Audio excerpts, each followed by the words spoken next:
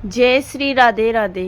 लड्डू गोपाल की छठी पर छठी किस दिन मनाई जाएगी और छठी पर क्या चीज़ का भोग लगता है, आइए जानिए। लड्डू गोपाल छठी पर क्यों लगाया जाता है खड्डी चावल का भोग, इसके फ़ायदे और कैसे शुरू हुई है परंपरा, तो आज हम इस वीडियो के माध्यम से आपको बताएंगे। जन्माष्टमी के बाद लड्डू गोपाल की छठी मनाई जाती है।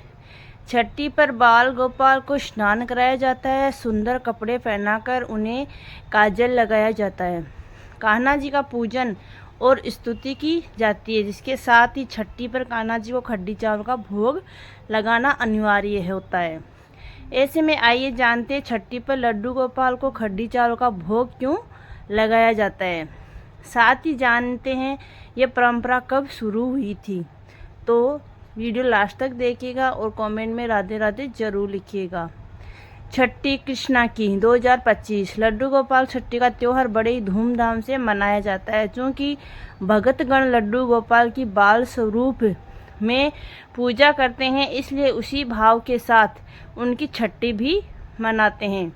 क्योंकि बच्चे के जन्म के बाद भी छठी मनाई जाती है, इसीलिए लड्डू गोपाल की छठी के दिन भी खड्डी चावल का भोग लगाने की बड़ी मान्यता है।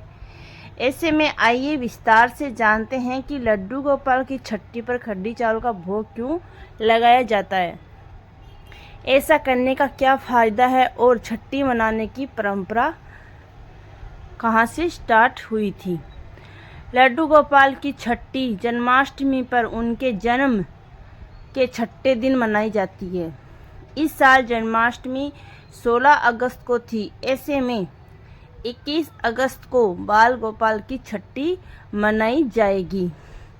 मान्यता है कि लड्डू गोपाल को छठी दिन स्नान कराया जाता है, उसके बाद उन्हें नए वस्त्र पहनाए जाते हैं, काजल तिलक लगाकर उनका श्रृंगार किया जाता है, चंदन लगाया जाता है और उनको न्यू कपड़े पहनाए जाते हैं।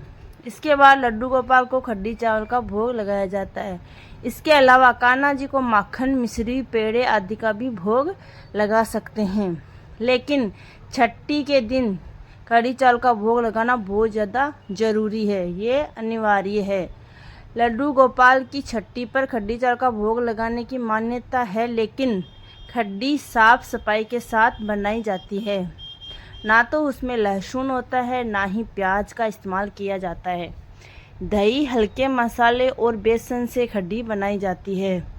दही बेसन सात्विक भोजन की श्रेणी में आते हैं। इसके साथ ही भगवान कृष्ण को दही माखन खड्डी काफ़ी प्रिय है। माना जाता है कि इस सात्विक भोजन से शीतलता मिलती है और ये सुपाच्य और पौष्टिक होता है। ऐसे में बाल स्वरूप लड्डू गोपाल को इसी भोजन का भोग कराया जाता है, तो ये कृष्ण भगवान को बहुत ज़्यादा प्रिय है। माना जाता है कि छठी के दिन ही भगवान बच्चे का भाग्य लिखते हैं। चूँकि हिंदू धर्म में बच्चे के जन्म के बाद छठी मनाने की परंपरा है, तो देश के कई हिस्सों में छठी मनाई जाती है। क्षेत्रीयता के आधार पर छठी मनाने के रीति रिवाजों में थोड़ा बदलाव हो सकता है, लेकिन मुख्य तौर पर छठी पर अधिक से अधिक भोजन बनाए जाते हैं। अलग अलग क्षेत्रों में अलग अलग परंपराएं होती हैं। इनका भगवान को भोग लगाने के बाद नवजात बच्चे की मां को सभी भोजन का स्वाद कराया जाता है।